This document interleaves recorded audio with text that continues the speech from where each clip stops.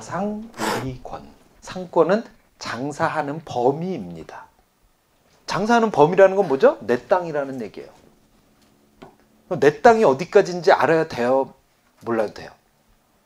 상권이 뭐냐면 야구공이야. 근데 이 야구공을 정확히 보고 남들보다 크게 보고 정확히 맞추는 놈은 장사를 대박 내는 거고, 이게 안 보이니까 눈 감고 막 휘두르고 아무데나 이러면 우리가 헛발질 하는 거죠. 똑같아요. 상권도 그거예요.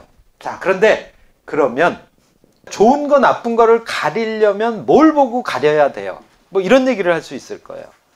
내가 뭔가 여기가 좋은지 여기가 좋은지 여기가 좋은지를 알려면 어떻게 해야 되죠? 측정을 해야 돼요. 자, 그런데 대부분의 회사들이 예를 들면 이게 어떤 프랜차이즈인데요. 너 가맹점 하려면 이런 데다가 가게를 얻어야 내가 너 가맹점 내줄 거야. 이렇게 얘기를 하십니다. 그럼 여기 뭐라고 돼 있냐? 그냥 빨리 얘기할게요. 어디가 좋다고 나와요? 1층이 좋아요? 2층이 좋아요? 1층? 그럴 줄 알았어. 왜? 여기도 그렇게 써 있어. 전면이 1m인 게 좋아? 10m인 게 좋아?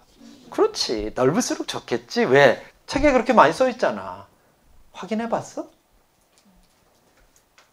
내가 1층에서도 장사해보고 2층에서도 장사해봤거든요. 나는 2층에서 돈을 더 많이 벌던데. 나는 1m짜리하고 10m짜리에서 해봤거든. 1m짜리에서 더 많이 벌던데 라고 누가 얘기할 수도 있지 않아요? 그럼 여러분은 어떻게 해야 돼? 누구 말을 믿을래? 내 말을 믿을래? 이 말을 믿을래?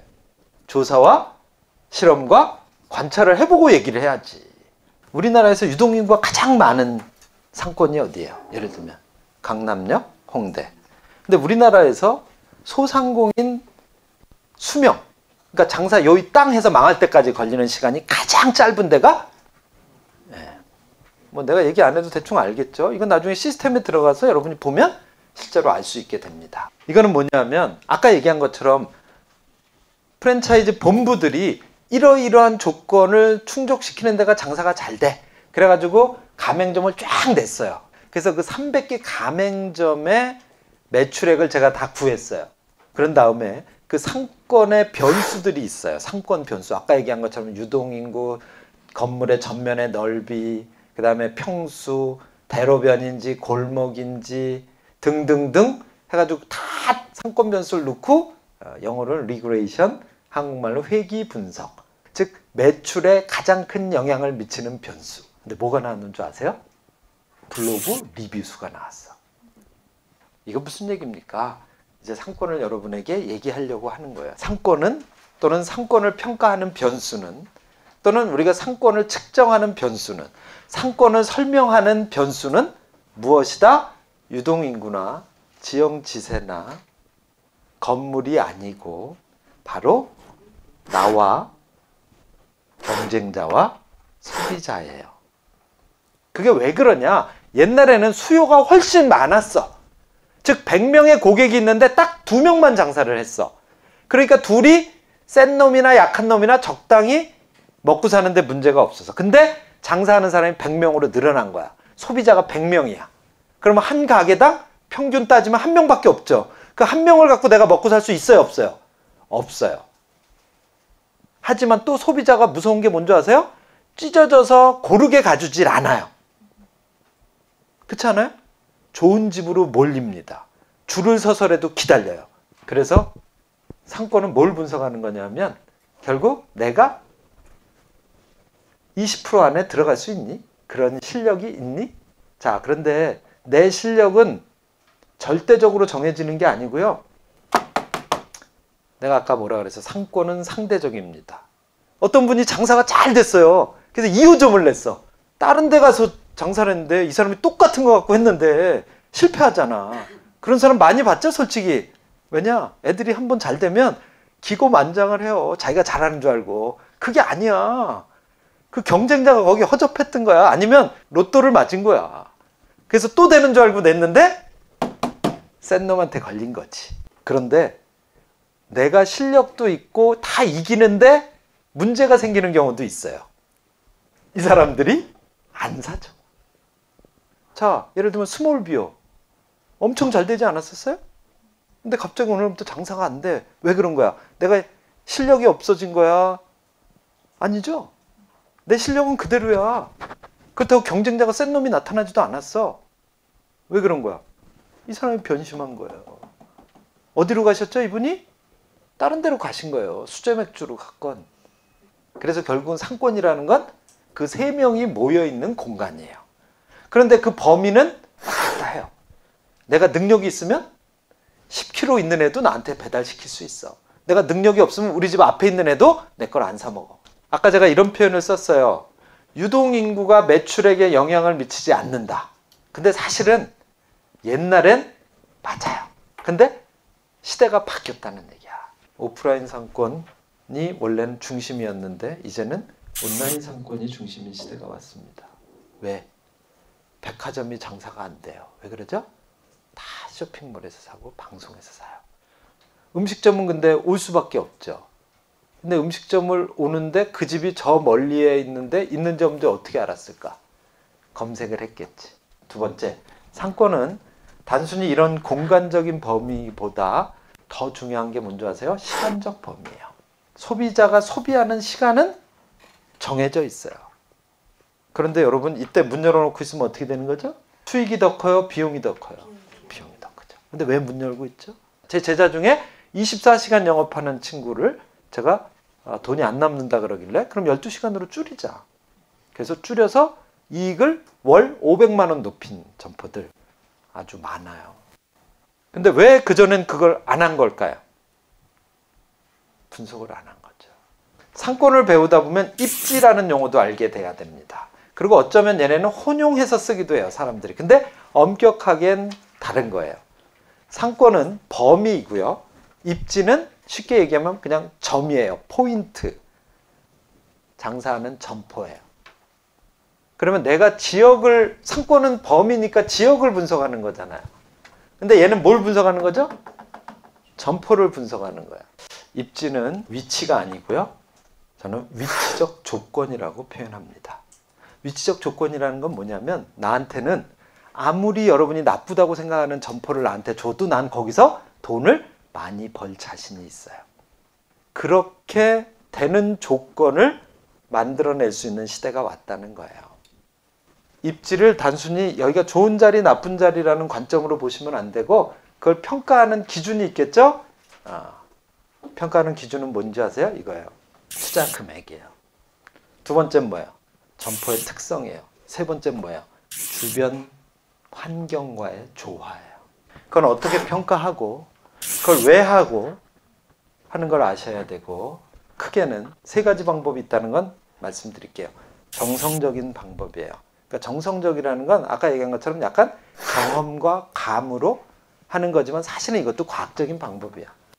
근데 이거보다 조금 더 과학적인 방법은 정량적 방법이고 정량적 방법 중에 우리가 제일 많이 쓰는 게 통계조사법이고 마지막에 있는 게 뭐라고 돼 있어요? 소셜 분석. 상권의 온라인 상권이라고 있다 그랬잖아요. 그 온라인 상권은 결국 이 통계로 안 나와요. 그러니까 결국은 내가 스스로 분석을 해야 돼요. 얼마를 투자하는 게 가장 최적의 투자 금액일까? 진짜 제 수업을 들었던 제 제자들의 사례입니다. 치킨집을 했어요. 투자 금액이 1억 2천이에요. 보증금 포함해서. 그러니까 자기는 1억 1천만 들어가는 줄 알고 시작을 했는데 하다 보니까 추가됐대요. 1천만 원이. 이미 이 사람은 실패한 거예요. 자기가 예상했던 것보다 투자 금액이 늘어난 건 뭐죠? 수익률이 떨어졌다는 얘기예요. 왜 근데 더 들어간 걸까요? 그쵸? 정확히 모르고 지른 거지. 들어가다 보니까 뭐 추가. 상권 분석은 매출액을 예측하는 겁니다. 누구 매출액을 예측해야 돼요? 내 거, 남의 거. 다. 여러분 처음에 학교에서 시험 보고 나면 누가 1등인지 꼴찌인지 모르지. 근데 어떻게든 그걸 밝혀낼 수 있어 없어? 그래서 그래프에 쫙 쓸 수 있지. 그리고 자기도 거기다 딱 쓰지. 요쯤은 나도 해야 될 것 같아. 그래서 여기로 들어가고 싶어. 그래서 내가 여기 들어가고 싶으면 얘하고 싸워서 이겨야 돼. 얘하고 싸워서 이기는 건 의미 없어. 얘는 어차피 상대가 아니야. 여기로 들어가려면. 근데 그러면 얘가 누군지 알면 이제부터 어떻게 해야 돼요? 모든 투자가 얘보다 단 0.1%라도 써야 되지 않겠어요? 공부를 얘보다 내가 1시간이라도 더 해야 성적이 그만큼 나오는 거지. 그런 거 같지 않으세요? 그냥 내가 치킨집 할까, 족발집 할까, 보쌈집 할까, 이게 중요한 게 아니야. 보통은 버티면 벌게 되어 있어요. 근데 버텼다는 건 내가 누군가를 이기고 계속 올라가고 있다는 얘기거든요. 그러면 대체적으로는 수익이 처음엔 안 나도 나중엔 초과 수익이 생기게 되어 있어요. 근데 대부분 왜 못 버티냐? 나도 쉽게 들어간 시장인 것만큼 나도 거기서 쉽게 퇴출이 될 수밖에 없어요. 왜? 그거 자체가 특별한 투자가 필요하지 않기 때문에 계속 새물이 들어와요. 자, 여기 갔어. 2층에 있어. 총 26석 중에 22석이 앉아있어. 그럼 점유율 몇 프로? 85%야. 근데 여기는 메뉴가 딱 보면 그냥 푸드 3개, 그 다음에 드링크 4개. 내가 봤더니 객단가가 12,000원. 점심시간에 3회전. 거의 비슷한 유형의 음식점인데 이 집은 또 다른 집이에요. 지금 31명이 앉아있어요. 근데 내가 여기서 먹으면서 보니까 메뉴를 봤어요. 되게 많은데 진짜 맛있고 다 좋아요. 객단가 얼마? 회전 얼마? 그러면 계산 나왔죠?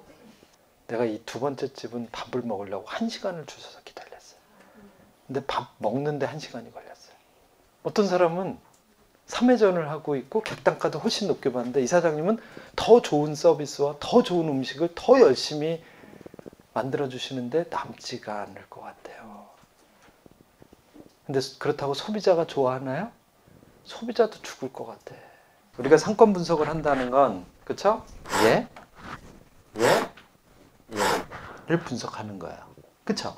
그럼 얘에서 얘를 빼면 이게 나오죠? 그럼 얘를 이걸로 나누면 이게 나오는 거예요. 자, 왜 투자 수익률을 계산하냐? 그래야 여러분이 어떻게 앞으로 기업을 키워갈 거고 어떤 업종에 어떤 상권에서 투자할 거고 그런 것에 영향을 미치는 요소가 뭔지를 계속 찾아내면서 기업을, 외식 사업을 발전시킬 수 있기 때문입니다. 상권 분석을 배워야 되는 이유는요, 아주 단순해요. 그래야 성공하는 식당을 만드는 기술이 생겨요. 이런 걸 제가 만든 용어로 컨셉이라고 그래요. 그래서 제가 외식 사업 컨셉터 과정, 이걸 만든 이유가 먼저 상권 분석 전문가 과정을 만들었어요. 너희 시장을 분석할 줄 알아야지. 근데 시장을 자꾸 분석하다 보면 무슨 능력이 생기냐면, 이렇게 만들면 성공하고 이렇게 만들면 망하는구나. 이 구조를 알 수 있게 될까 모르게 될까. 10평 갖고도 2천만 원의 순이익을 낼 수 있다는 거 그동안 누가 가르쳐줬어요? 안 가르쳐줬어요? 그게 컨셉이에요. 자, 그런데 여러분 아무리 잘 만들었다고 다 성공하나요? 아니. 아무리 잘 만들었어도 안 팔릴 수 있어요. 왜? 소비자가 알아줘야 되는 거잖아요. 잘 만든 걸 보여주고 사게 만드는 지식을 뭐라 그래요? 이게 마케팅이잖아. 그쵸? 유동인구는 별로 없는 지역이에요. 쉽게 얘기하면 그냥 시골이야. 그럼 이 사는 사람은 도대체 또 어떤 분들이 살고 계실까가 중요하겠죠. 10대가 22%로 많고 그 다음 많은 게 누구예요? 40대. 그러니까 여기에 지금 가장 많은 고객층은 누구죠? 10대 아이를 둔 40대 부모. 그럼 몇 명일 가능성이 있어요? 평균은 3명. 그 동네에서 내 걸 사줄 가능성 있는 사람은 소비자라 그러고 내 거를 사주는 사람은 뭐라 그래요? 그런 사람은 우리가 이제 고객이라 그러죠. 자, 그냥 소비자 분석을 하다 보면 결국 어디로 가냐? 고객 분석으로 가는데 그 고객이 내 고객이 있고 경쟁자 고객이 있을 수 있겠죠. 경쟁사는 40대 고객이 많아요, 나보다. 근데 나는 20대 고객이 많아요. 자, 나는 지금 1회 결제 금액이 자꾸 어떻게 되고 있어요, 우리 집은? 올라가고 있죠, 우리 집은. 근데 경쟁사는 어때요? 떨어지고 있죠. 이거 무슨 얘기야? 그러니까 이 경쟁사라는 게 결국 시장 평균 값이라 그랬지. 시장 평균 결제 단가 떨어지는데 나는 자꾸 올라가고 있어요. 왜? 가격을 자꾸 올리니까 나는. 근데 경쟁사는 왜 떨어지는 걸까? 경쟁사라고 가격을 안 올렸을까? 올리는 데도 있지만 누가 자꾸 들어오겠어요? 신규로. 저가형이 들어오겠죠? 그러면 나가 영향을 받는다, 안 받는다? 그러니까 소비자 입장에서는 우리 집을 또 별로 잘나지도 않은 주제에 비싼 치킨으로 또 포지셔닝 되면 어떻게 돼요? 잘리는 거야. 우리 집이 누구한테 강하다 그랬죠? 20대. 근데 지금 내가 충분히 배달 가능하면서 상권을 확장하지 않고 있었던 가망 상권을 찾아낼 수 있다 없다? 찾은 거예요. 학생도 꽤 있어. 그래서 이 학교 페이스북 페이지에 들어가서 광고를 한다. 좀 너무 심하게 하지 말고 자연스럽게 그 내가 타겟팅한 고객들의 특성을 이제 파악을 했으니까 그들의 욕구에 맞는 리뷰 이벤트 내지는 이미지를 자기가 개발해서 수시로 업데이트하면서 내 타겟 고객들에게 관심을 계속 불러일으키는 판매 촉진해야 되고요. 내가 이런 이벤트를 했는데 정말 그게 내 매출액에 순이익에 영향을 미쳤느냐. 분류해서 측정 가능한 범위 내로 평가를 먼저 해야 돼. 내 지역의 소비자와 경쟁자와 내 실력을 정확히 파악을 하면 내가 그것이 배민이 됐던 카카오톡이 됐던 페이스북이 됐던 그 소비자가 원하는 채널로 원하는 욕구를 자극하는 마케팅을 할 수 있다는 겁니다. 이게 바로 상권 분석이 가진 힘이라고 얘기 드릴 수 있습니다. 상권 분석 공부 열심히 하시기 바랍니다. 감사합니다.